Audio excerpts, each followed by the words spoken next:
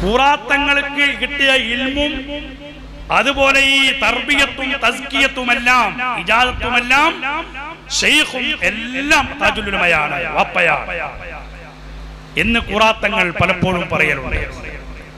അങ്ങനെ ഹജ്ജിനൊക്കെ പോയി, ഹജ്ജിന് പോയി അവിടുന്ന് എന്ത് ചെയ്തു, ബഗ്ദാദ് സിയാറത്ത് ചെയ്യാൻ വേണ്ടി ബഹുവന്യരായ താജുൽ ഉലമ ഖുറാത്തങ്ങളെയും കൊണ്ടുപോയി.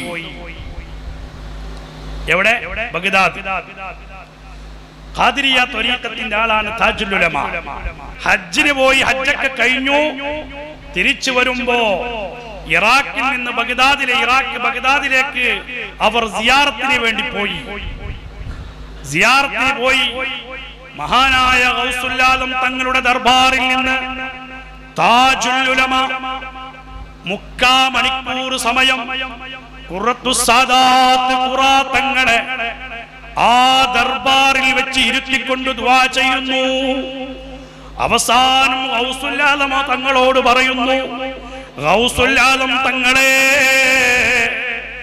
എന്റെ സമയങ്ങൾ മുഴുവനും ചെലവഴിച്ച് എന്റെ തദ്രീസൊക്കെ മാറ്റി എല്ലാ സമയവും ഞാൻ മാറ്റിവെച്ച് നിങ്ങളുടെ ദർബാറിൽ ഞാൻ വന്നിരിക്കുന്നത് എന്റെ കോയമ്മക്ക് വേണ്ടിയിട്ടാണ്.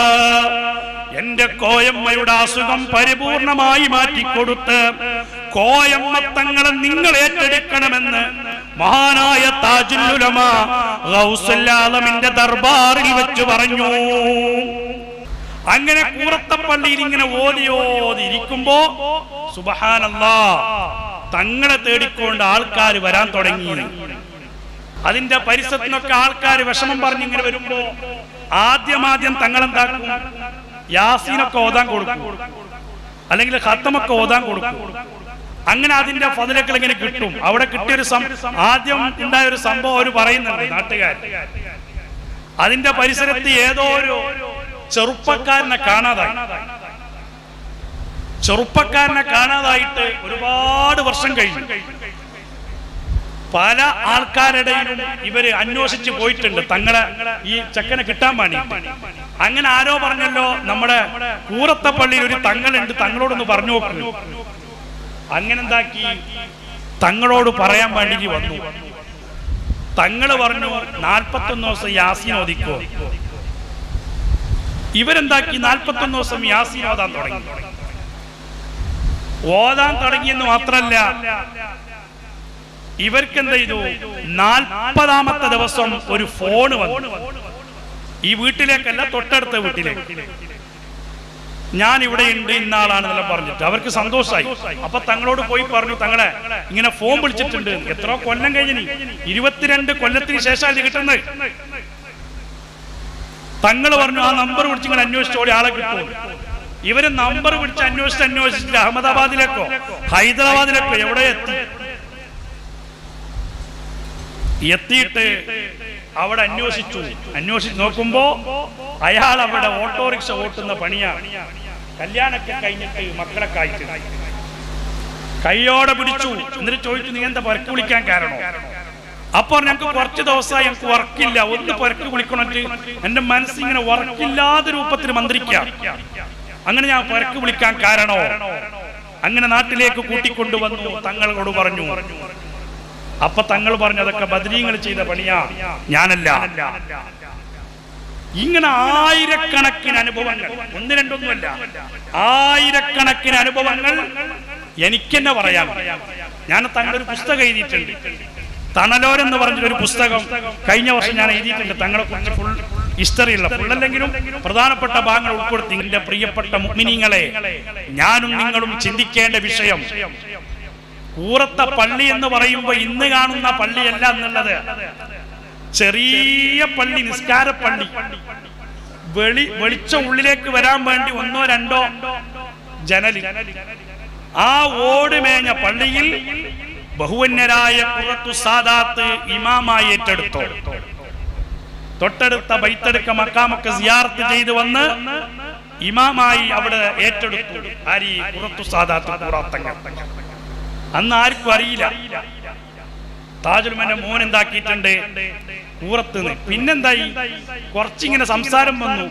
നമ്മളെ കാദിയാർച്ചാന്റെ മോന് അവിടെ യൂസുഫാജിന്റെ പള്ളിയിൽ ഇമാമായിട്ട് വന്നിട്ടുണ്ട്. അങ്ങനെ ബഹുമാനപ്പെട്ട ഖുറത്തു സാദാത്ത് ഖുറാത്തങ്ങൾ, ആരെയും ശല്യമില്ലാത്ത, ഒരാളെ ഇടങ്ങേറുമില്ലാത്ത ആ പള്ളിയിൽ ഇബാദത്തെടുത്ത് ജീവിക്കാൻ തുടങ്ങി. നമ്മളെപ്പോലെ വാട്സപ്പിലും കിട്ടുന്ന ചങ്ങായിമാരൊക്കെ പിടിച്ചിട്ട് തമാശ പറയാനും 5 വക്ത് നിസ്കാരം കഴിഞ്ഞാൽ ബൈക്കെടുത്ത് ഓടാനുമല്ല തങ്ങൾ സമയം ചെലവഴിച്ചത്.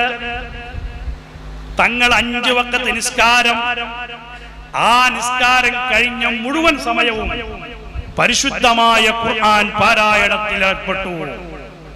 അതൊക്കെ താജുൽ ഉലമയിൽ നിന്ന് കിട്ടിയതാണ്. താജുൽ ഉലമ നല്ലോണം ഖുർആൻ ഓതും. താജുൽ ഉലമന്റെ കുടുംബക്കാർ മൊത്തം ഖുർആൻ ഓതുന്ന വിഷയത്തിന് മുമ്പന്തിയിലാണ്. അത് താജുൽ ഉലമ പകർന്നു കൊടുത്ത വലിയൊരു ആത്മീയ വെളിച്ചമാണ്. അങ്ങനെ ഖുറാത്തങ്ങൾ പള്ളിയിലിരുന്ന് നിരന്തരം ഖുർആൻ ഓതാൻ തുടങ്ങി. പ്രിയപ്പെട്ട മുഅ്മിനീങ്ങളെ, നിങ്ങളൊന്ന് ചിന്തിച്ചു നോക്കിയേ. താജുൽ ഉലമ അന്നും ഒരുപാട് മഹല്ലിന്റെ ഖാദിയാണ്. 300ഓളം മഹല്ലിന്റെ ഖാദിയാണ് താജുൽ ഉലമ. ഈ താജുൽ ഉലമക്ക് എന്റെ മോനക്ക് ഒരുപാട് പൈസക്കാരുണ്ടായ വലിയൊരു മഹല്ല് കൊടുക്കണമെന്ന് ആഗ്രഹിച്ചാൽ അതിനെ പുഷ്പം പോലെ എടുത്തോണ്ട് പോകാൻ ഉണ്ടാവില്ലേ?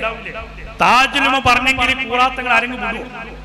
കാദിയാർച്ചാന മോൻ നമ്മളെ പള്ളിക്ക് വേണമെന്ന് വലിയ പള്ളി, വലിയ മഹല്ല്, ഇതൊക്കെ താജുൽ ഉലമക്ക് ഖുറാത്തങ്ങൾക്ക് നൽകാമായിരുന്നു.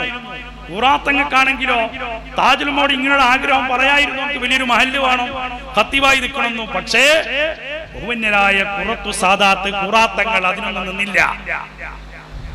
ഖുറാത്തങ്ങൾ ഈ പള്ളി കണ്ടപ്പോ പഠിച്ചോനെ ഇടുക്ക് റോഡുമില്ല, വെളിയില്ല, കരണ്ടില്ല, ഈ കാട്ടിൽ ഞാൻ എങ്ങനെ നിൽക്കും എന്ന് ചിന്തിച്ചിട്ടില്ല.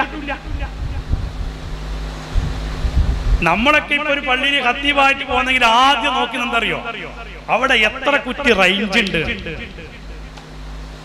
ആദ്യം ഫോൺ തുറന്നിട്ട് നെറ്റ് ഓൺ ആക്കും.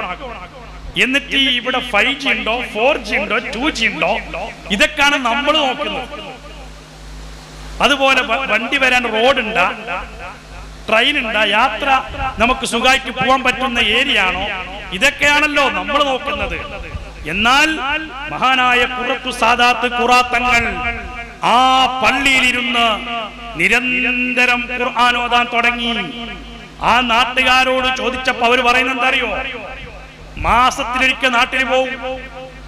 ആ നാട്ടിൽ പോകുന്ന അല്ലാതെ മറ്റുള്ള മുഴുവൻ സമയവും തങ്ങളുടെ പണി ഖുർആൻ ഓതുന്ന പണിയാണ്. എത്രയെത്ര ഖത്തമുകളാണ് തങ്ങൾ തീർക്കുന്നത്. ഈ അടുത്ത് തങ്ങൾ വഫാത്താന് മുമ്പ് എന്തോ തങ്ങളെ വായി തന്നെ വന്നുപോയി.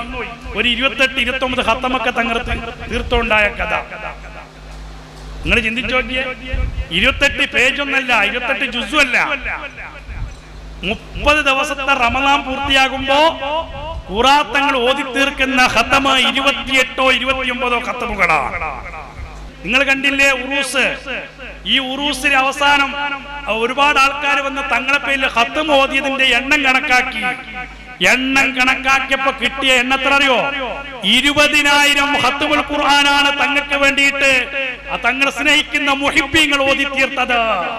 അല്ലാഹു സ്വീകരിക്കുമാറാകട്ടെ. 20,000 ഖത്തം, കോടിക്കണക്കിന് ദിക്റുകൾ, എത്രയോ മുഅ്മിനീങ്ങൾ കുടുംബത്തിനും സ്വന്തം പേരിലും ഓതിയതിന്റെ എണ്ണം ഊറത്തെ മക്കാമിലിരിക്കുന്ന ഉസ്താദിനോട് പറഞ്ഞു. അവസാനം കണക്കൂട്ടിയപ്പോ കിട്ടിയതാണ് 20,000 ഖത്മ. ഒരു വർഷമായി തങ്ങൾ വഫാത്തായിട്ട്. അള്ളാഹു കൊടുത്ത ഫദ്ല. അല്ലാഹു ഒരാളെ ഏറ്റെടുത്താൽ അള്ളാഹു കൊടുക്കുന്ന അനുഗ്രഹമാണ്. 20,000 ഖത്മൊക്കെ കിട്ടുന്നത് പറഞ്ഞാൽ ഞങ്ങൾക്ക് അത്ഭുതം. നമ്മളൊക്കെ മെച്ച് കഴിഞ്ഞാൽ 1-2 ഖത്തമ കിട്ടുന്ന തന്നെ ഭാഗ്യം. അള്ളാഹു കുറെ അമാനുകൾ കിട്ടുന്ന ഖബറാളികളുടെ കൂട്ടത്തിൽ അള്ളാഹു നമ്മൾ ഉൾപ്പെടുത്തട്ടെ. എന്റെ പ്രിയപ്പെട്ട മുഅ്മിനീങ്ങളെ, തങ്ങളുടെ കറാമത്ത് ഇങ്ങനെ കേട്ടുപോയി നമുക്ക് ഇതിൽ നിന്ന് സുഖം ലഭിക്കാൻ വേണ്ടി പറയുന്നതല്ല. ബഹുവന്നരായ ഖുറത്തു സാദാത്തിന്റെ ഖുറാത്തങ്ങളുടെ ജീവിതം നമ്മൾ പകർത്താൻ വേണ്ടിയിട്ട് ശ്രമിക്കണം. ആ ഖുറാത്തങ്ങളുടെ ഖുർആനോത്ത്, ഖുറാത്തങ്ങളുടെ എളിമ, ഖുറാത്തങ്ങളുടെ സൽസ്വഭാവം, ഇതൊക്കെ നമ്മുടെ ജീവിതത്തിൽ നമ്മൾ മാതൃകയാക്കേണ്ടതുണ്ട്. ഖുറാത്തങ്ങൾ 28 ഖത്തമൊക്കെ തീർത്തി എന്ന് പറയുമ്പോ അത് തങ്ങളല്ലേ, തങ്ങൾക്ക് വേറെ പണിയൊന്നുമില്ലാലോ എന്നല്ല ചിന്തിക്കേണ്ടത്. ബഹുവന്യരായ ഖുറാത്തങ്ങളുടെ ജീവിതം നമ്മൾ പഠിക്കുകയും ഞങ്ങൾ പകർത്തുകയും ചെയ്യണം. അല്ലാഹു തൗഫീഖ് നൽകുമാറാകട്ടെ. തങ്ങന്മാരും നമ്മളും തമ്മിലുള്ള വ്യത്യാസം എന്താണ്? പലർക്കും അത് അറിയുന്നില്ല. പലരും ചോദിക്കുന്നു, തങ്ങന്മാരെന്തിനാ ബഹുമാനിക്കുന്നത്? ഓരെന്താ അള്ളയാണോ? ഓരെന്താ അള്ളയാണോ? നഊദു ബില്ലാ, അല്ലാഹു കാക്കട്ടെ. പ്രിയപ്പെട്ട മുത്തു മുഅ്മിനീങ്ങളെ, എന്റെ ശബ്ദം ശ്രവിക്കുന്ന എല്ലാവരോടും എനിക്ക് ഓർമ്മപ്പെടുത്താനുള്ളത്, സയ്യിദന്മാരെന്ന് പറയുന്നത് സാധാരണക്കാരായ നമ്മളെപ്പോലെയുള്ള മനുഷ്യന്മാരല്ല. നമ്മളെപ്പോലെയുള്ള കൈക്കാലുകൾ അവർക്കുണ്ടെങ്കിലും, നമ്മളെപ്പോലെയുള്ള പ്രവർത്തനങ്ങൾ അവർ ചെയ്യുന്നുണ്ടെങ്കിലും ഒരിക്കലും നമ്മളും അവരും ഒരുപോലെയാവില്ല. കാരണം സാധാരണക്കാരായ, ഒരു ചെറിയ ഉദാഹരണം, സാധാരണക്കാരായ നമ്മൾ, എന്റെ പേര് മുസ്തഫ, എന്റെ ഉപ്പാന്റെ പേര് അബ്ദുൽ ഖാദർ, അതിന്റെ മീത്ത ഉപ്പാന്റെ പേര് അബ്ദുർ റഹ്മാൻ, അതിനപ്പുറമുള്ള ഉപ്പാന്റെ പേര് എനിക്കറിയില്ല. ഈ ഇരിക്കുന്ന നിങ്ങൾക്ക്, ഈ മജ്ലിസിലുള്ള ഏതെങ്കിലും ഒരാൾക്ക് നമ്മുടെ ഉപ്പാപ്പമാരെ പേരിൽ ഒരു 10 ആളെ പേര് പറയാൻ ആർക്കെങ്കിലും കഴിയൂല. ഉപ്പാന്റെ പേരറിയാം. നേരെ മറിച്ച് സയ്യിദന്മാരുടെ പ്രത്യേകത എന്താ? ചെറിയ ഉദാഹരണം മാത്രം ഞാൻ പറയുന്നതാണ്. ഇവിടെ ഇരിക്കുന്ന ഖുറത്തു സാദ, നമ്മൾ അനുസ്മരിക്കുന്ന ഖുറത്തു സാദ, ഖുറാത്തങ്ങളുടെ വാപ്പാന്റെ പേര് സയ്യിദ് അബ്ദുറഹ്മാൻ അൽ ബുഖാരി കുഞ്ഞിക്കോയ തങ്ങൾ, അവിടുത്തെ ഉപ്പാന്റെ പേര് അബൂബക്കർ തങ്ങൾ. അങ്ങനെ മുകളിലേക്ക് പോയാൽ ഒരു 39 40 ഉപ്പയായി ഉപ്പാപ്പയായി ചെന്നെത്തുന്നത് അഷ്റഫുൽ വറ മുഹമ്മദുർ റസൂലുള്ളാഹി സ്വല്ലല്ലാഹു അലൈഹി വസല്ലം തങ്ങളിലേക്കാണ്. ഇങ്ങനെ ഏത് സയ്യിദന്മാരെ കുറിച്ചും നമ്മൾ നോക്കുമ്പോ 40 41 42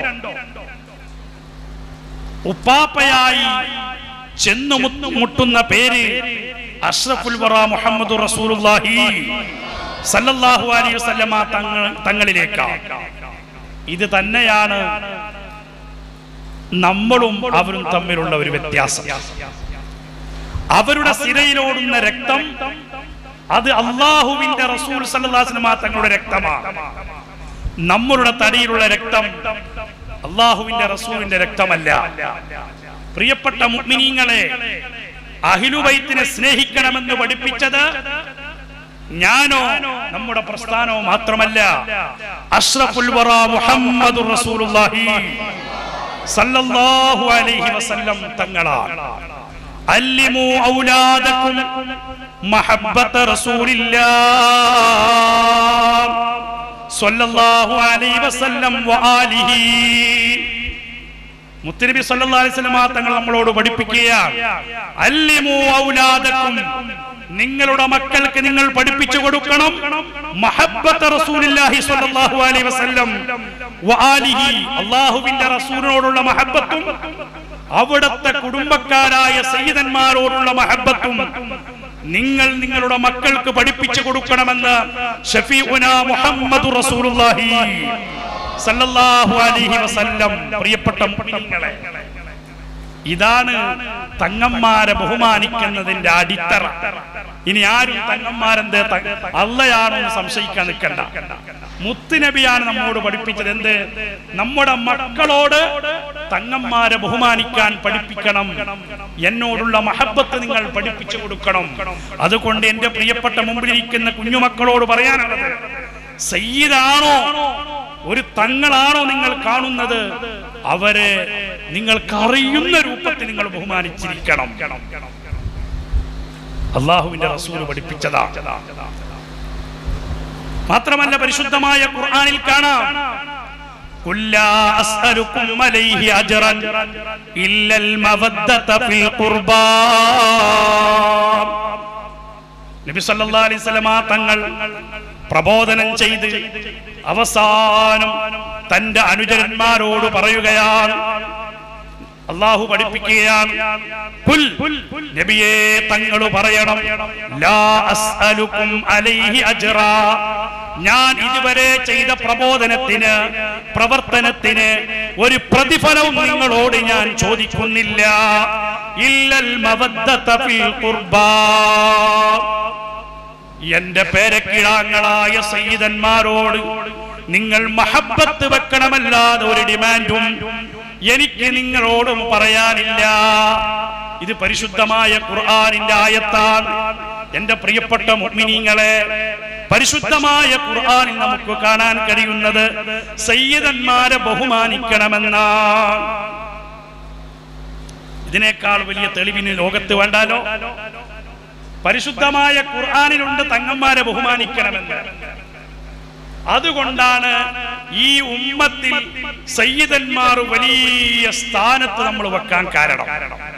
സയ്യിദന്മാരോട് കളിക്കുമ്പോ കുറച്ചു സൂക്ഷിക്കണം. അവരോട് എന്ത് പറയാൻ പാടില്ല? അദബുകേടിന്റെ വിഷയം ഒന്നും അവരോട് പറയാൻ പാടില്ല. അനാദരവുള്ള വർത്താനങ്ങളൊന്നും സയ്യിദന്മാരോട് നമ്മൾ ഒരിക്കലും പറയാനോ കാണിക്കാനോ പാടില്ല. അല്ലാഹു കാക്കട്ടെ. എന്റെ പ്രിയപ്പെട്ട മുഅ്മിനീങ്ങളെ, അങ്ങനെ സയ്യിദന്മാരെ സ്നേഹിച്ചാൽ നമുക്ക് എന്താണ് ലഭിക്കുന്നത്? അതും കൂടി പഠിക്കണ്ടേ? ഖുറാത്തങ്ങളെ അനുസ്മരണം വെച്ചാൽ, ഖുറാത്തങ്ങളെ സ്നേഹിച്ചാൽ, ഖുറാത്തങ്ങളെ അനുസ്മരണത്തിന് ചീരണിയും പത്തിരിയും പൈസയും ഒക്കെ സംഭാവന കൊടുത്താൽ, അവിടുത്തെ ഉറൂസിന് നമ്മൾ പോയാൽ, അവിടുത്തെ ഉറൂസിനൊക്കെ സഹായിച്ചാൽ, കുമ്പോൾ സാദാത്യങ്ങൾ നമ്മൾ സ്നേഹിച്ചാൽ, താജുൽ ഉലമ നമ്മൾ ബഹുമാനിച്ചാൽ എന്താണ് ലഭിക്കുന്നത്? അഷ്റഫുൽ വറ മുഹമ്മദുർ റസൂലുള്ളാഹ് സല്ലല്ലാഹു അലൈഹി വസല്ലമ തങ്ങൾ പറയുന്നു, അഹ്ലു ബൈത്തി കസഫീനത്തിൻ നൂഹ്, എന്റെ കുടുംബം, എന്റെ അഹ്ലു ബൈത്ത്, അവര് കസഫീനത്തിൻ നൂഹ്, നൂഹ് നബി അലൈഹിസ്സലാമിന്റെ കപ്പൽ പോലെയാണ്.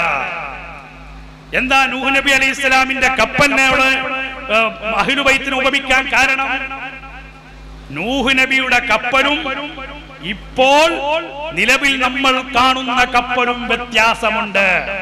നിങ്ങൾക്കറിയില്ലേ, ഈ അടുത്ത് എത്ര കപ്പലാണ് കടൽ നടുവിൽ കത്തിച്ചാമ്പലായി പോയത്?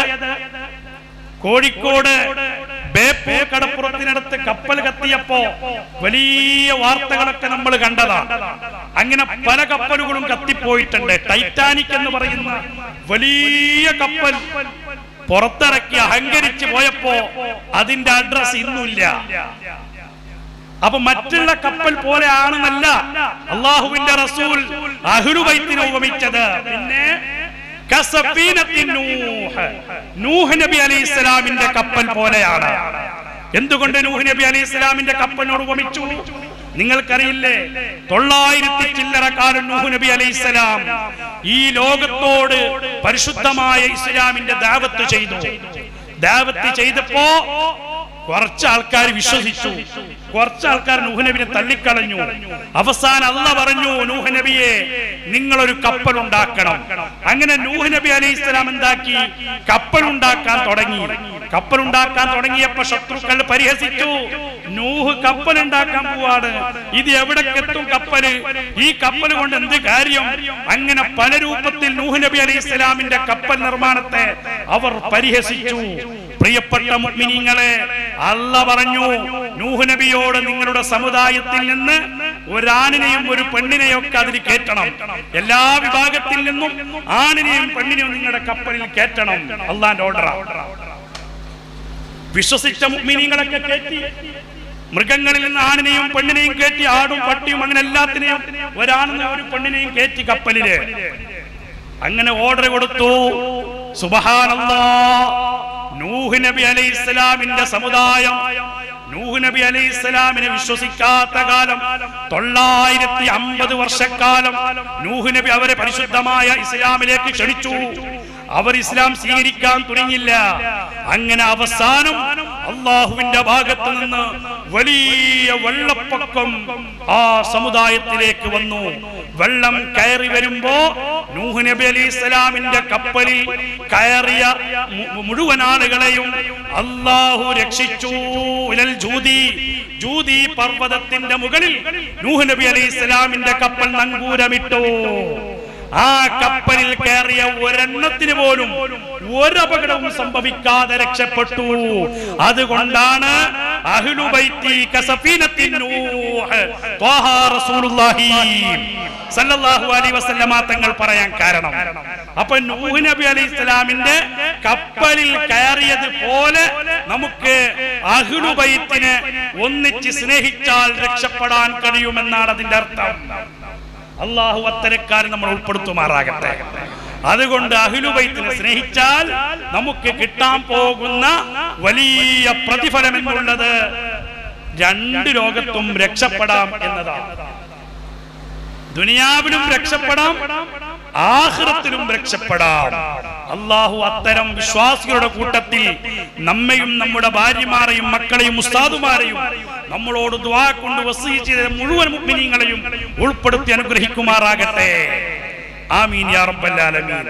അതുകൊണ്ട് എന്റെ പ്രിയപ്പെട്ട മുത്തു മുഅ്മിനീങ്ങളെ, എന്റെ ശബ്ദം ശ്രവിക്കുന്ന ഉമ്മമാരെ, നമ്മളാരും സയ്യിദന്മാരെ അപമാനിക്കാൻ നിൽക്കണ്ട. സയ്യിദന്മാരോട് ചെറിയൊരു വെറുപ്പ് പോലും നമ്മുടെ കൽബിൽ ഉണ്ടാകാൻ പാടില്ല.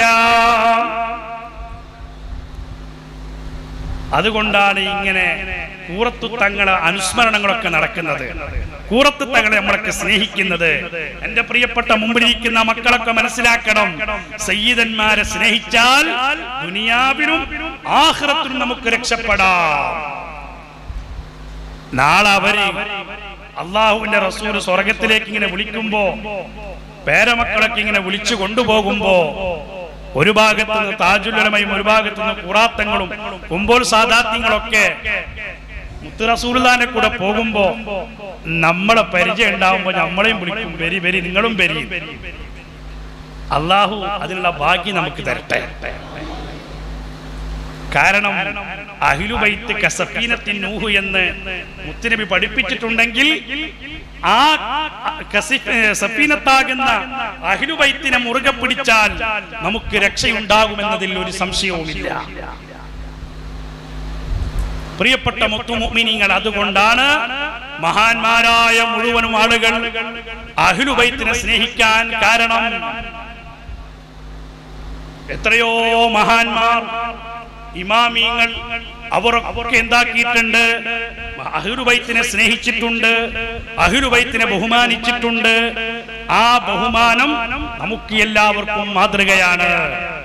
അങ്ങനെ അത്തരം അഹ്ലു ബൈത്തിൽ നമുക്ക് പറയാൻ പറ്റുന്ന, അറിഞ്ഞ, നമുക്ക് വലിയ മഹാനാണെന്ന് അറിയുകയും അതിന് നമ്മൾ പിൻപറ്റുകയും ചെയ്ത വലിയ മഹാനാണ് താജുൽ ഉലമ സയ്യിദ് അബ്ദുറഹ്മാൻ അൽ ബുഖാരി കുഞ്ഞിക്കോയ തങ്ങൾ. അല്ലാഹു ഇവിടുത്തെ ദർജ വർദ്ധിപ്പിക്കുമാറാകട്ടെ.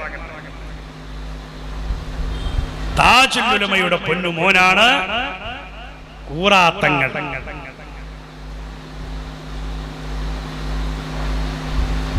ഉപ്പ മകനെയും മകൻ ഉപ്പയെയും ആദരിച്ച ഒരനുഭവമുണ്ടെങ്കിൽ അത് ഖുറാത്തങ്ങളും താജുൽ ഉലമയും തമ്മിലുള്ള ബന്ധമാണ്. താജുൽ ഉലമ ഖുറാത്തങ്ങളെ നല്ലോണം ബഹുമാനിക്കും, ഖുറാത്തങ്ങളോ താജുൽ ഉലമനെയും ബഹുമാനിക്കും, നല്ലോണം ബഹുമാനിക്കും. പരസ്പരം മകൻ ഉപ്പയെ ആദരിക്കുന്നത് നമ്മൾ കാണാറുണ്ട്, ഇല്ലേ? മകൻ ഉപ്പയെ ആദരിക്കുന്ന നിർബന്ധം. ഉപ്പ മകനെ സ്നേഹിക്കും. ആദരിക്കുക എന്ന് പറഞ്ഞാൽ ചിലപ്പോ നമ്മൾ അത് ചെയ്തെന്ന് വരില്ല. എന്നാൽ ബഹുവന്നരായ താജുൽ ഉലമ, ആരാണ് താജുൽ ഉലമ? ഇൽമിന്റെ ബഹ്റാൻ. താജുൽ ഉലമക്ക് തിരിയാത്ത ഇൽമില്ല. താജുൽ ഉലമയിൽ നിന്ന് പഠിക്കാത്ത ആലിമീങ്ങൾ വിരളമാണ്. നമുക്കറിയില്ലേ, ഈ ഭാഗത്തൊക്കെ ഒരുപാട് നേതൃത്വങ്ങളായിരുന്ന ബേക്കൽ ഉസ്താദ് അടക്കം, ചെമ്പിരിക്ക ഖാദിയടക്കം, UK ആറ്റിക്കോയ തങ്ങളടക്കം, അതുപോലെ മച്ചമ്പാട് ഉസ്താദ്, അബ്ബാസ് ഉസ്താദ്, പാനൂർ പൂക്കോയ തങ്ങൾ, ഇങ്ങനെ നിരവധി വലിയ സഹ്യന സമാനമായ ആലിമീങ്ങളെ വാർത്തെടുത്ത വലിയ സയ്യിദും ആലിമുമാണ് താജുൽ ഉലമ. അതെന്നെ പോലെ താജുൽ ഉലമന്റെ മഹത്വം മനസ്സിലാക്കാൻ, താജുൽ ഉലമന്റെ ഇൽമു മനസ്സിലാക്കാൻ അത് മതി. പടുകൂറ്റൻ എന്ന് പറഞ്ഞാൽ പടുകൂറ്റൻ ആലിമീങ്ങളെ വാർത്തെടുത്ത മഹാനാ ആ താജുൽ ഉലമ. തന്റെ മകനായ കോയമ്മത്തങ്ങളെ ബഹുമാനിക്കുന്നുവെങ്കിൽ എന്റെ പ്രിയപ്പെട്ട മുഅ്മിനീങ്ങളെ, കോയമ്മത്തങ്ങളായ ഖുറത്തു സാദാത്ത് ഖുറാത്തങ്ങളെ നമ്മളാരും നേരിട്ട് അനുഭവിക്കാത്തത് കൊണ്ടാണ് നമുക്ക് ആ വലിയ ബഹുമാനം കൽബിൽ വരാതെ പോയത്. ഖുറാത്തങ്ങള് താജുൽ ഉലമയുടെ അടുത്ത് ഒരുപാട് കാലം പഠിച്ചു. ഒരുപാട് കാലം ഖുറാത്തങ്ങൾ താജുൽ ഉലമയുടെ അടുത്ത് ഉള്ളാളത്ത് പഠിച്ചു.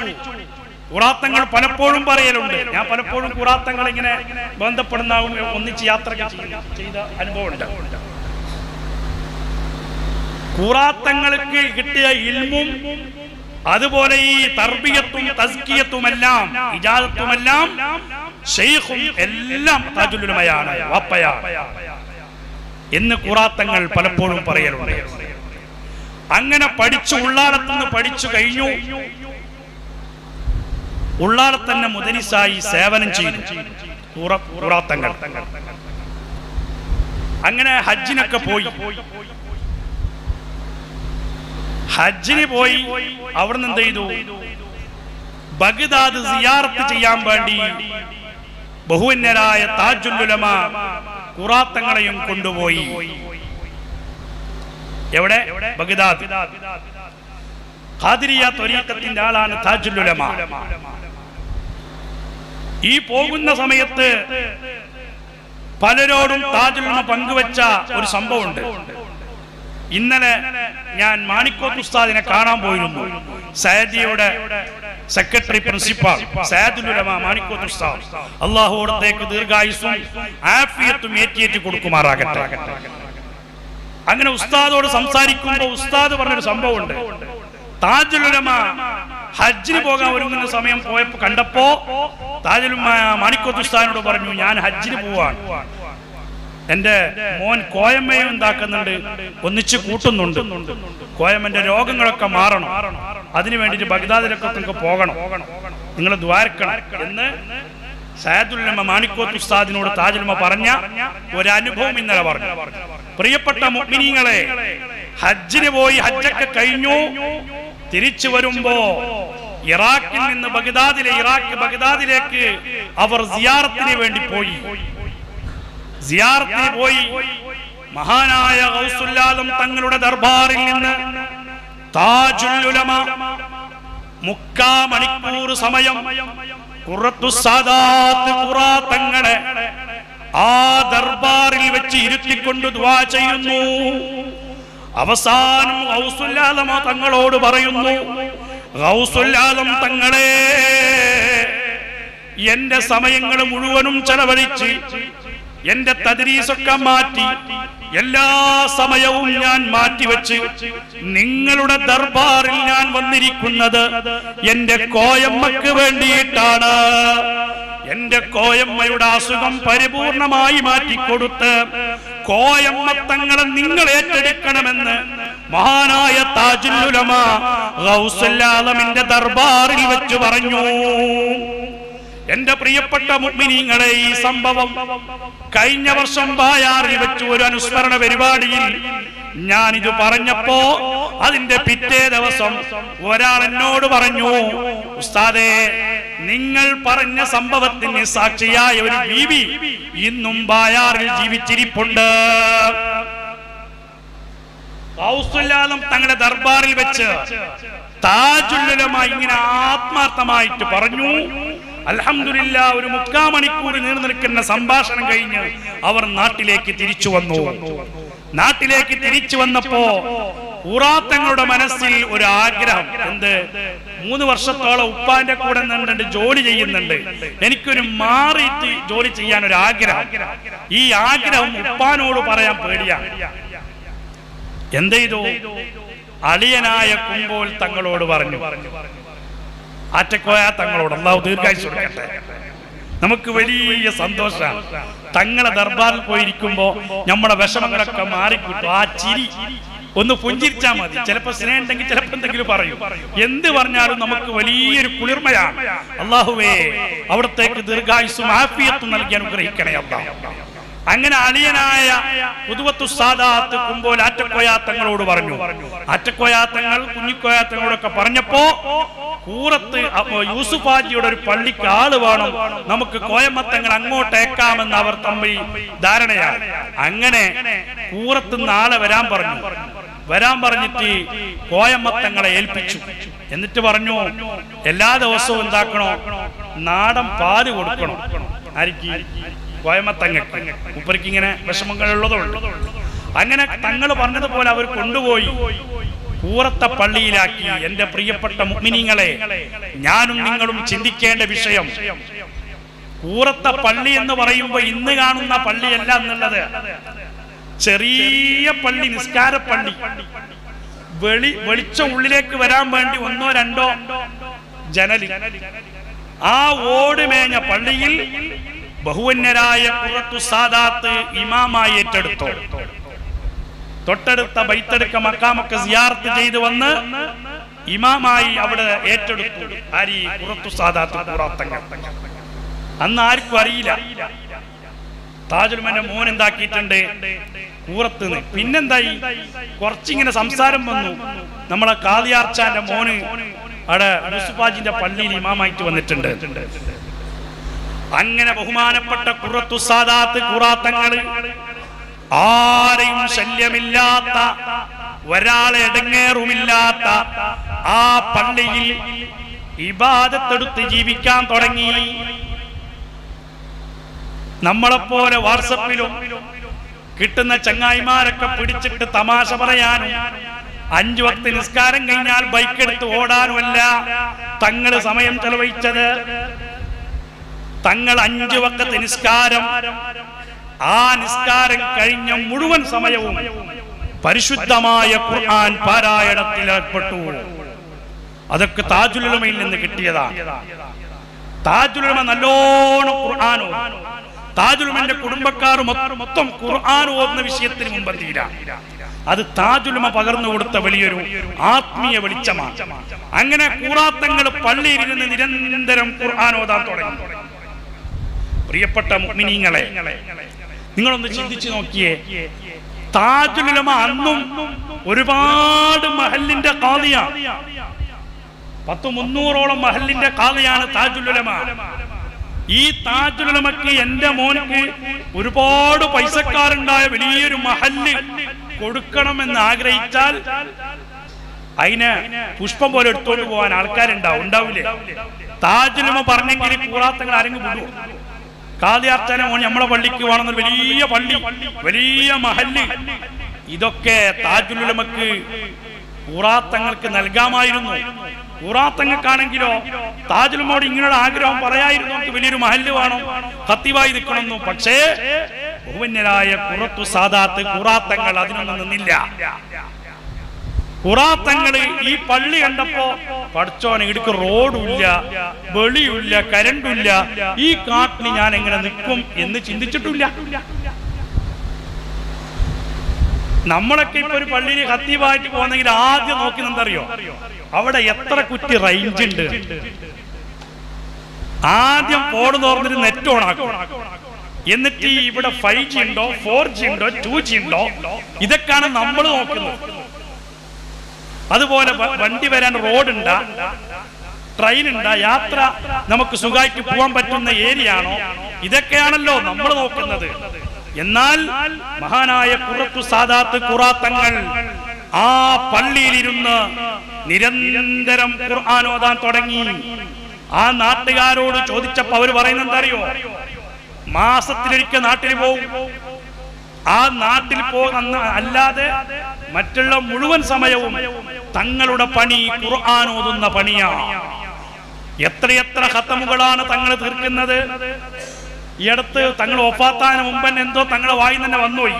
ഒരു 28-29 ഖത്തമൊക്കെ തങ്ങൾ തീർത്തുണ്ടായ കഥ നിങ്ങൾ ചിന്തിച്ചു നോക്കിയേ. 28 പേജൊന്നല്ല, 28 ജുസുമല്ല. 30 ദിവസത്തെ റമദാൻ പൂർത്തിയാകുമ്പോ ഖുറാത്തങ്ങൾ ഓതി തീർക്കുന്ന ഖത്തമ് 28-29 ഖത്തമുകളാണ്. സുബ്ഹാനല്ലാഹ്, നമുക്കൊന്ന് ചിന്തിക്കാൻ പോകാൻ കഴിയുന്നില്ല. പ്രിയപ്പെട്ട മുഅ്മിനീങ്ങളെ, അതിന്റെ വലിയ ഫലം അല്ലാഹു അവിടത്തേക്ക് കൊടുത്തു കഴിഞ്ഞു. നിങ്ങൾ കണ്ടില്ലേ ഉറൂസ്?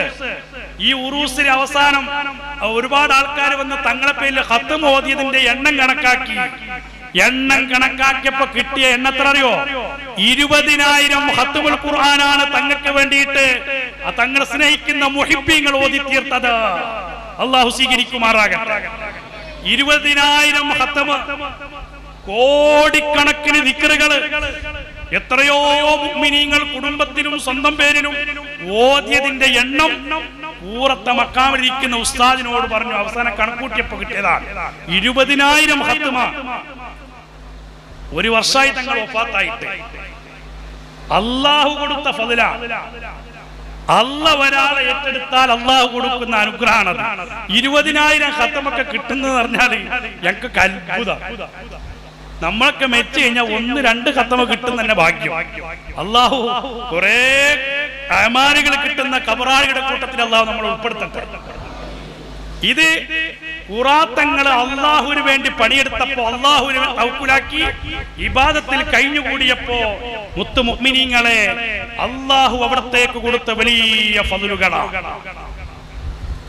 അങ്ങനെ കൂറത്തപ്പള്ളിയിൽ ഇങ്ങനെ ഓതി ഇരിക്കുമ്പോ സുബ്ഹാനല്ലാഹ്, തങ്ങളെ തേടിക്കൊണ്ട് ആൾക്കാർ വരാൻ തുടങ്ങി. അതിന്റെ പരിസരത്തിനൊക്കെ ആൾക്കാർ വിഷമം പറഞ്ഞിങ്ങനെ വരുമ്പോ ആദ്യം തങ്ങളെന്താക്കും? യാസീനൊക്കെ ഓതാൻ കൊടുക്കും, അല്ലെങ്കിൽ ഖത്തമൊക്കെ ഓതാൻ കൊടുക്കും. അങ്ങനെ അതിന്റെ ഫദ്ലുകൾ ഇങ്ങനെ കിട്ടും. അവിടെ കിട്ടിയൊരു ആദ്യം ഉണ്ടായ ഒരു സംഭവം അവർ പറയുന്നുണ്ട് നാട്ടുകാർ. അതിന്റെ പരിസരത്ത് ഏതോ ഒരു ചെറുപ്പക്കാരനെ കാണാതായിട്ട് ഒരുപാട് വർഷം കഴിഞ്ഞു. പല ആൾക്കാരുടെയും ഇവര് അന്വേഷിച്ച് പോയിട്ടുണ്ട് തങ്ങളെ ഈ ചെക്കനെ കിട്ടാൻ വേണ്ടി. അങ്ങനെ ആരോ പറഞ്ഞല്ലോ, നമ്മുടെ കൂറത്തപ്പള്ളിയിൽ ഒരു തങ്ങളുണ്ട്, തങ്ങളോടൊന്ന് പറഞ്ഞു നോക്കുന്നു. അങ്ങനെ എന്താക്കി, തങ്ങളോട് പറയാൻ വേണ്ടി വന്നു. തങ്ങള് പറഞ്ഞു 41 ദിവസം യാസീൻ ഓതിക്കോ. ഇവരെന്താക്കി 41 ദിവസം യാസീൻ ഓതാൻ തുടങ്ങിയെന്ന് മാത്രല്ല, ഇവർക്ക് എന്ത് ചെയ്തു? 40ാമത്തെ ദിവസം ഒരു ഫോണ് വന്നു. ഈ വീട്ടിലേക്കല്ല, തൊട്ടടുത്ത വീട്ടിലേക്ക്. ഞാൻ ഇവിടെ ഉണ്ട്, ഇന്നാളാണെന്നെല്ലാം പറഞ്ഞിട്ട് അവർക്ക് സന്തോഷമായി. അപ്പൊ തങ്ങളോട് പോയി പറഞ്ഞു, തങ്ങളെ ഇങ്ങനെ ഫോൺ വിളിച്ചിട്ടുണ്ട്. എത്ര കൊല്ലം കഴിഞ്ഞു? 22 കൊല്ലത്തിന് ശേഷം ഇത് കിട്ടുന്നത്. തങ്ങൾ പറഞ്ഞു, ആ നമ്പർ വിളിച്ച് ഇങ്ങനെ അന്വേഷിച്ചോളി, ആളെ കിട്ടും. ഇവര് നമ്പർ വിളിച്ച് അന്വേഷിച്ചിട്ട് അഹമ്മദാബാദിലേക്കോ ഹൈദരാബാദിലേക്കോ എവിടെ എത്തിയിട്ട് അവിടെ അന്വേഷിച്ച് നോക്കുമ്പോ അയാൾ അവിടെ ഓട്ടോറിക്ഷ ഓട്ടുന്ന പണിയാണ്. കല്യാണൊക്കെ കഴിഞ്ഞിട്ട് മക്കളൊക്കെ ആയിട്ട് കൈയോടെ പിടിച്ചു. എന്നിട്ട് ചോദിച്ചു, നീ എന്താ പരക്ക് വിളിക്കാൻ കാരണം? അപ്പോൾ ഞങ്ങൾക്ക് കുറച്ച് ദിവസമായി ഞങ്ങൾക്ക് വർക്കില്ല, ഒന്ന് പരക്ക് വിളിക്കണിട്ട് എന്റെ മനസ്സിങ്ങനെ വർക്കില്ലാത്ത രൂപത്തിൽ മന്ത്രിക്കാം. അങ്ങനെ ഞാൻ പരക്ക് വിളിക്കാൻ കാരണോ? അങ്ങനെ നാട്ടിലേക്ക് കൂട്ടിക്കൊണ്ടുവന്നു. തങ്ങളോട് പറഞ്ഞു. അപ്പൊ തങ്ങൾ പറഞ്ഞു, അതൊക്കെ ബദരീങ്ങൾ ചെയ്ത പണിയാ, ഞാനല്ല. അതേപോലെ വേറൊരു സംഭവം ഇതേപോലെ ഉണ്ടായി. ഒരു ചെറുപ്പക്കാരനെ കാണാതായിട്ട് തങ്ങളോട് പറഞ്ഞപ്പോ തങ്ങൾ യാസീൻ ഓതാൻ പറഞ്ഞു. അങ്ങനെ ഇവര് അന്വേഷിച്ച് ഇങ്ങനെ ഇറങ്ങി ഗോവയിൽ ട്രെയിൻ ഇറങ്ങിയിട്ട് ഇങ്ങനെ അന്വേഷിക്കാൻ വേണ്ടി പോയി. അങ്ങനെ പോകുന്ന സമയത്ത് ഒരാൾ പറഞ്ഞാലും നമുക്കൊന്ന് ചായ കുടിക്കാം, ഹോട്ടലിൽ ഒന്ന് ചായ കുടിച്ചിട്ട് പോവാം. അങ്ങനെ ഹോട്ടലിലേക്ക് ചായ കുടിക്കാൻ വേണ്ടി കയറിയിട്ടാകുമ്പോ ഈ അവിടെ ഇരുന്നപ്പോ ഓർഡർ എടുക്കാൻ വരുമല്ലോ, നിങ്ങൾക്ക് എന്താ വേണ്ടി, പരിപ്പുവട, മുട്ടവട, ആ വട, ഈ വട എന്നൊക്കെ പറഞ്ഞിട്ട് ഒരാൾ വരുമല്ലോ, ഇതെല്ലാം ഉണ്ട്. അങ്ങനെ ഒരാൾ വന്ന് അതുണ്ട് ഇതുണ്ട് എന്നെല്ലാം പറഞ്ഞോണ്ട്. അപ്പൊ ഇവർക്കൊരു തോന്നല്, ഇയാള് ആര് ഒന്ന് പരിചയപ്പെടണല്ലോ. പരിചയപ്പെട്ടപ്പോൾ ആളാരാ, ഇവരന്വേഷിച്ചുകൊണ്ട് പോയ ആ ചെറുപ്പക്കാരനാണ് ഈ ഹോട്ടലിലുള്ളത്. സുബ്ഹാനല്ലാഹ്, കയ്യോടെ പിടിച്ചു. ഇതാണ് പ്രിയപ്പെട്ട മുഅ്മിനീങ്ങളെ, ഖുറത്തു സാദാത്ത്, ഖുറാത്തങ്ങളെ. ഇങ്ങനെ ആയിരക്കണക്കിന് അനുഭവങ്ങൾ, ഒന്ന് രണ്ടൊന്നുമല്ല, ആയിരക്കണക്കിന് അനുഭവങ്ങൾ എനിക്കെന്നെ പറയാം. ഞാൻ തങ്ങളൊരു പുസ്തകം എഴുതിയിട്ടുണ്ട്, തണലോരെന്ന് പറഞ്ഞൊരു പുസ്തകം കഴിഞ്ഞ വർഷം ഞാൻ എഴുതിയിട്ടുണ്ട്. തങ്ങളെ കുറിച്ച് ഫുൾ ഹിസ്റ്ററി ഉള്ള, ഫുള്ളല്ലെങ്കിലും പ്രധാനപ്പെട്ട ഭാഗങ്ങൾ ഉൾപ്പെടുത്തി. നിങ്ങൾക്ക് വായിച്ചോ എനിക്കറിയില്ല. അപ്പൊ ഒരുപാട് ആൾക്കാർ പല അനുഭവങ്ങളും അയച്ചു തന്നപ്പോ കുറെ ഒന്നും ഉൾപ്പെടുത്തിയിട്ടില്ല, കുറച്ചൊക്കെ ഉൾപ്പെടുത്തി. അങ്ങനെ തങ്ങളടുത്തേക്ക് ഇത് കഴിഞ്ഞതിന് ശേഷം ആൾക്കാരിങ്ങനെ ഒഴുകാൻ തുടങ്ങിയ, പിന്നെ 10 ആള് 100 ആയി, 100 5000 ആയി, 5 10 ആയി, 10 25 ആയി. അവസാനം ഖുറാത്തങ്ങൾ എവിടേക്ക് വരുന്നുണ്ട്, അവിടെ മൊത്തം ജനങ്ങളെ കൊണ്ട് സമ്പുഷ്ടമായ സദസ്സായി മാറി. എന്റെ പ്രിയപ്പെട്ട മുഅ്മിനീങ്ങളെ, തങ്ങളുടെ കറാമത്ത് ഇങ്ങനെ കേട്ടുപോയി നമുക്ക് ഇതിൽ നിന്ന് സുഖം ലഭിക്കാൻ വേണ്ടി പറയുന്നതല്ല. ബഹുവന്നരായ ഖുറത്തു സാദാത്തിന്റെ ഖുറാത്തങ്ങളുടെ ജീവിതം നമ്മൾ പകർത്താൻ വേണ്ടിയിട്ട് ശ്രമിക്കണം. ആ ഖുറാത്തങ്ങളുടെ ഖുർആനോത്ത്, ഖുറാത്തങ്ങളുടെ എളിമ, ഖുറാത്തങ്ങളുടെ സൽസ്വഭാവം, ഇതൊക്കെ നമ്മുടെ ജീവിതത്തിൽ നമ്മൾ മാതൃകയാക്കേണ്ടതുണ്ട്. ഖുറാത്തങ്ങൾ 28 ഖത്തമൊക്കെ തീർത്തി എന്ന് പറയുമ്പോ അത് തങ്ങളല്ലേ, തങ്ങൾക്ക് പിന്നെ വേറെ പണിയൊന്നുമില്ലാലോ എന്നല്ല ചിന്തിക്കേണ്ടത്. ബഹുവന്യരായ ഖുറാത്തങ്ങളുടെ ജീവിതം നമ്മൾ പഠിക്കുകയും ഞങ്ങൾ പകർത്തുകയും ചെയ്യണം. അല്ലാഹു തൗഫീഖ് നൽകുമാറാകട്ടെ. ഇത്രയൊക്കെ തിരക്കുണ്ടാകുമ്പോഴും ബഹുവന്യരായ ഖുറത്തു സാദാത്ത്, ഖുറാത്തങ്ങൾ ഉസ്താദ് തന്റെ മക്കളെ സംസ്കരിക്കാനും തന്റെ കുടുംബത്തെ സംസ്കരിക്കാനും സമയം കണ്ടെത്തി എന്നതാണ് ഏറ്റവും വലിയ അത്ഭുത കാര്യം. തിരക്ക് പിടിച്ചിങ്ങനെ പോകുമ്പോ നമുക്കൊക്കെ കുടുംബത്തെ നോക്കാൻ എന്തുണ്ടാവില്ല, സമയം ഉണ്ടാവില്ല, അല്ലേ? എന്നാൽ നിങ്ങൾ കേൾക്കണോ, പരിശുദ്ധമായ ഖുർആനിൽ ഒരു ആയത്തുണ്ട്, യാ അയ്യുഹന്നാസ് യാ അയ്യുഹല്ലദീന ആമനൂ ഖൂ അൻഫുസകും വഅഹ്ലീകും നാറാ. ഓ സത്യവിശ്വാസികളെ, നിങ്ങളുടെ ശരീരത്തെയും നിങ്ങളുടെ കുടുംബക്കാരുടെ ശരീരത്തെയും നരകത്തെ തൊട്ട് കാക്കുന്ന അമലുകൾ ചെയ്ത് ജീവിക്കണമെന്ന് പരിശുദ്ധമായ ഖുർആനിൽ കാണാം. എന്റെ പ്രിയപ്പെട്ട മുഅ്മിനീങ്ങളെ, ബഹുവന്നരായ ഖുറാത്തങ്ങൾ അവിടുത്തെ ജീവിതം തിരക്ക് പിടിച്ച സമയത്ത് മക്കളോട് ഖുർആൻ ഓതാനും നിസ്കരിക്കാനും ആ ഓതിയ ഖുർആനിന്റെ പേജിന്റെ എണ്ണം പറയാനും അന്ന് കൽപ്പിക്കുമായിരുന്നു. മക്കൾ അനുഭവം പറയാറുണ്ട്. കൂറത്തുനിന്ന് നാട്ടിലേക്ക് പോയാൽ ഇത്ര ഭാഗം അടുത്ത മാസം വരുമ്പോൾ ഓതി തീർക്കണമെന്ന് പറയും. ഓതിയില്ലെങ്കിലോ നല്ല അടി കൊടുക്കും. അങ്ങനെ ചെറുപ്പത്തിലെ മക്കളെ തങ്ങൾ സംസ്കരിച്ചെടുത്തു. അതാണ് പരിശുദ്ധമായ ഖുർആൻ പറഞ്ഞത്. തങ്ങൾ സ്വയം തസ്കിയത്തിലാകുകയും മറ്റുള്ളവരെ തസ്കിയത്താക്കുകയും ചെയ്തു. അതാണ് തങ്ങളുടെ ജീവിതത്തിലെ ഏറ്റവും വലിയ അത്ഭുതങ്ങൾ. അൽഹംദുലില്ലാഹ്, ബഹുവന്യരായ കുമ്പോൽ മുക്താർ തങ്ങളവർകൾ നമ്മുടെ വേദിയിലേക്ക് വരുന്നുണ്ട്. അല്ലാഹു ദീർഘായുസ്സും ആഫിയത്തും നൽകി അനുഗ്രഹിക്കുമാറാകട്ടെ. ഒരുപാട് കാലം അവരുടെ തണൽ അല്ലാഹു നമുക്ക് നൽകി അനുഗ്രഹിക്കുമാറാകട്ടെ. തങ്ങൾക്കും കുടുംബത്തിനും അല്ലാഹു വലിയ ബറക്കത്തും അഭിവൃദ്ധിയും നൽകി അനുഗ്രഹിക്കുമാറാകട്ടെ. ആമീൻ യാ റബ്ബൽ ആലമീൻ. അല്ലാഹു അക്ബർ, അല്ലാഹു അക്ബർ, അല്ലാഹു അക്ബർ, വലില്ലാഹിൽ ഹംദ്.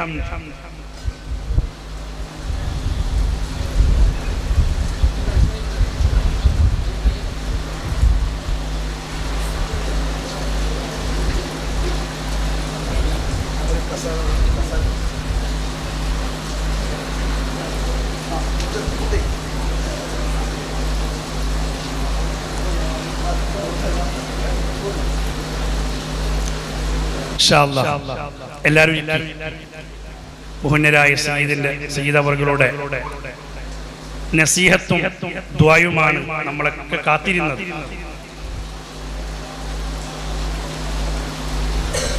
അങ്ങനെ പ്രിയപ്പെട്ട മുഅ്മിനീങ്ങളെ, അപ്പൊ പറഞ്ഞു വന്നത്,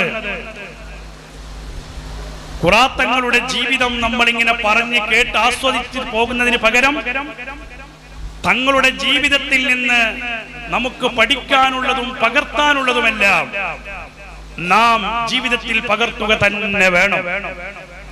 തങ്ങൾ ജീവിക്കുമ്പോ എളിമയുള്ള ഒരു ജീവിതമായി നമ്മളൊക്കെ കാണുമ്പോ തങ്ങളിങ്ങനെ എളിമയോടെ ജീവിക്കുന്നു. ഒരാൾക്കും വേദനിപ്പിക്കാത്ത ജീവിതം, ഭൂമിക്ക് പോലും ഭാരമാകരുതെന്ന ചിന്തയിൽ തങ്ങൾ അവിടുത്തെ ജീവിതം സമ്പുഷ്ടമാക്കി. അൽഹംദുലില്ലാഹ്, ആ ജീവിതത്തിന്റെ അവസാനം നമ്മളൊക്കെ വിചാരിക്കാത്ത വിധത്തിൽ അള്ളാഹു കൊണ്ടുപോയി. അവിടുത്തെ ദർജ അള്ളാഹു കൊടുക്കുമാറാകട്ടെ. പ്രിയപ്പെട്ട മുഅ്മിനീങ്ങളെ, ആ തങ്ങൾ വഫാത്താകുമ്പോ പരിശുദ്ധമായ കലിമത്തു തൗഹീദ് ചൊല്ലി ഞാൻ ഗൗസുൽ ആലമിന്റെ അടുത്താണ് പോകുന്നതെന്ന് പറഞ്ഞു ഈ ലോകത്തോട് വിട പറഞ്ഞു. കഴിഞ്ഞ മുഹറം 1-ാം തീയതി അവിടുത്തെ ആണ്ട് 3-4 ദിവസമായി പുറത്ത് വളരെ വിപുലമായി നടത്തി. മുഹറം 1-ന് വഫാത്താകുമ്പോ നമുക്കൊക്കെ ബേജാറുണ്ടായിരുന്നു. മുഹറം 1-നൊക്കെ ഒരു ദുഃഖമല്ലേ നമ്മൾക്ക് വന്നത്. സത്യത്തിൽ മുഹറം 1-ന് തങ്ങളെ സംബന്ധിച്ചിടത്തോളം വലിയ വിജയത്തിലേക്കാണ് പോയത്. തങ്ങൾ വലിയ വിജയത്തിലേക്കാണ് പോയത്. അതായിരുന്നു കഴിഞ്ഞ ഉറൂസിൽ നമ്മളൊക്കെ കണ്ടത്. പ്രിയപ്പെട്ട മുഅ്മിനീങ്ങളെ, ആ ഞായറാഴ്ചയും ശനിയാഴ്ചയും വെള്ളിയാഴ്ചയും വ്യാഴാഴ്ചയും ഒക്കെ അവിടെ ഉണ്ടായ ആളുകൾ ഞായറാഴ്ച മുഴുസമയം ആ ജനത്തിരക്ക് അനുഭവിച്ചവനാണ്. സുബ്ഹാനല്ലാഹ്, എന്തൊരു തിരക്കായിരുന്നു! എത്ര ആൾക്കാരാണ് തങ്ങളുടെ സന്നിധിയിലേക്ക് ഒഴുകിയെത്തിയത്! ഇതൊക്കെ കാണുമ്പോ വലിയ സന്തോഷമാകുന്നത് അൽഹംദുലില്ലാഹ്. ഇത്തരം മഹാന്മാരെ കാണാനുള്ള ഒരു സൗഭാഗ്യം അല്ലാഹു നമുക്ക് നൽകിയല്ലോ എന്നതാണ്.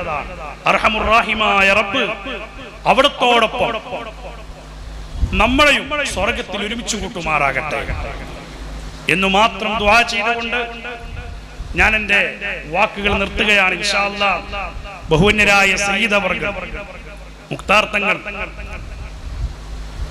ഇവിടെ എത്തിയതിനു ശേഷം ഇനി കൂടുതൽ സംസാരിക്കുന്ന ഒരു അദബുകേടാണ്. നേരത്തെ തന്നെ ഞാൻ പറഞ്ഞില്ല, അഹ്ലു ബൈത്തിനോടുള്ള ആദരവ്. അപ്പൊ സയ്യിദന്മാർക്ക് വലിയ ആദരവുകൾ, അത് നമ്മളൊക്കെ ജീവിതത്തിൽ പകർത്തണം.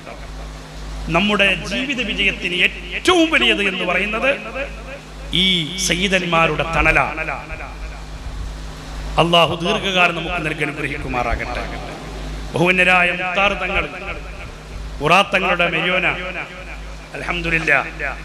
ഞാൻ നേരത്തെ പറഞ്ഞല്ലോ, താജുൽ ഉലമന്റെ കുടുംബക്കാർ ഖുർആൻ പാരായണത്തിൽ സുബ്ഹാനല്ലാഹ്, അത് വലിയൊരു അത്ഭുതമാണ്. ബഹുവന്യരായ മുഖ്താർ തങ്ങളൊക്കെ ഖുർആൻ ഓതി തീർക്കുന്നതിന് കണക്കില്ല. പരിശുദ്ധമായ റമദാനൊക്കെ വന്നാൽ കുമ്പോൽ പള്ളിയുടെ 2-ാം നിലയിൽ ഏകാന്തനായി ഇബാദത്തെടുത്ത് പരിശുദ്ധമായ ഖുർആൻ ഓതി ജീവിക്കുന്ന ആ ജീവിതം പ്രിയപ്പെട്ട മുഅ്മിനീങ്ങളെ നമുക്കൊക്കെ പാഠമാണ്. ഈ ഒരു യുവത്വത്തിലും അല്ലാഹുവിനെ പേടിച്ചുകൊണ്ട് തഖ്വയിൽ അധിഷ്ഠിതമായ ജീവിതം നയിക്കാൻ അവർക്കൊക്കെ അല്ലാഹു വലിയ തൗഫീഖ് നൽകി അല്ലാഹു നിലനിർത്തി കൊടുക്കുമാറാകട്ടെ. അതൊക്കെ ആ താജുൽ ഉലമയിൽ നിന്ന് കിട്ടിയ സൗഭാഗ്യമാണ്. അർഹമുർ റഹീമായ റബ്ബേ, ഈ സയ്യിദന്മാരുടെ തണൽ ദീർഘകാലം നമുക്ക് നൽകണേ റഹ്മാനെ. സയ്യിദന്മാരെ വേണ്ടതുപോലെ ആദരിക്കാൻ, സ്നേഹിക്കാൻ ഞങ്ങൾക്ക് എല്ലാവർക്കും നീ തൗഫീഖ് നൽകണം റഹ്മാനെ. സയ്യിദന്മാരെ സ്നേഹിച്ചത് കൊണ്ട് പടച്ചോനെ അവരോടൊപ്പം സ്വർഗത്തിൽ കടക്കുന്ന മുഹിബ്ബീങ്ങളിൽ സാധുക്കളായി ഞങ്ങളെ ഉൾപ്പെടുത്തി അനുഗ്രഹിക്കണം റഹ്മാനെ. ആമീൻ യാ റബ്ബൽ ആലമീൻ ബിറഹ്മതിക യാ അർഹമർ റഹീമീൻ. അസ്സലാമു അലൈക്കും വറഹ്മത്തുള്ളാഹി വബറകാതുഹു.